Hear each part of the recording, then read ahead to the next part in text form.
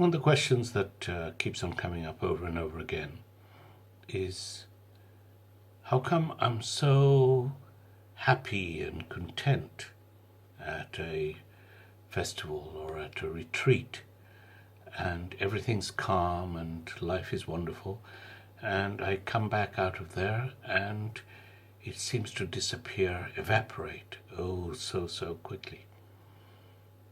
And this is a question asked by an awful lot of people, and his answer lies in the fact that there's a lot of people at the retreat. There's a lot of like-minded people at the retreat. There's people who want to have a good time, who want to forget their day-to-day worries. And leaving all of these to one side, you concentrate on the happy bits. And you generally feel happy. Certainly, when there's a group of people that are meditating or so, the energy level can be a lot higher. So that also works in your favor. But the problem is that why are you going to the retreat? You're going to the retreat because ultimately the retreat will make you happy. You will learn new things. You'll meet old and new friends, and you'll meet your guru or master and spend a few days in quiet contemplation. Perfect. So you seek happiness, as we all do. We all seek permanent happiness because we all like happiness. When we are happy, we don't say, oh, when is this happiness going to end? I want to be miserable. We don't. When we're miserable, we say, when is this misery going to end? I want to be happy. So we are all seeking happiness all the time. And most of the time, we're seeking it in external things. We're seeking it in a new car, in a new relationship, in a new job, or a new retreat. And when you do it in that way, you're really relying on an external object, external to you, to create your happiness. Might as well be pistachio ice cream. Sooner or later, all external objects suffer from 3 defects. Whatever the external object, they all suffer from these 3 defects. First of all, defect number 1 is that they're painful to acquire, to maintain, and to lose. So, in order to go, let's concentrate on what seems like a very reasonable thing to do, go to a retreat. So in order to go to a retreat, there's costs involved. Your time, money.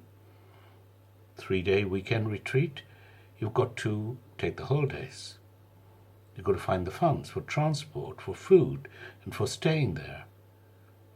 Tickets to enter the retreat. So there's a cost to acquisition. While you're there, food and other costs are going to be there in order to maintain that which you seek, which is to be happy at a retreat. There is a cost, and your time, of course, the highest cost of all. And then when you come back, is the loss that we started off with. That contentment just disappears, seems to vaporize very, very quickly on return. So there's a sense of loss, first of all. This is the first defect of any object. The second one is that any object is finite. That means it has a beginning and it has an end. It's not infinite. It's not infinite. It does not extend forever. Pistachio ice cream will finish. A retreat will finish. It starts and it finishes. And it does not go on forever. So all objects also suffer from this. And the third one, perhaps the most important of all, we seek external objects of happiness, and we think that we are the master. I've decided to go to this retreat. All right. I've decided to put everything else aside in order to be happy at this retreat. I'm in control. All right. And ultimately, when you come out of it, what does the retreat do? It takes back control by saying, hey, retreat is over. Now go back to the life you came from. So whatever we think we have control over, ultimately it has control over us. Like central heating, really. Wonderful when you get it, but then when it breaks down, it has complete control over you, because you can no longer stand the cold. You can no longer be without it.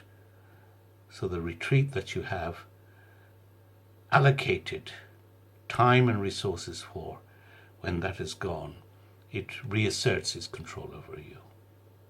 Interesting, isn't it?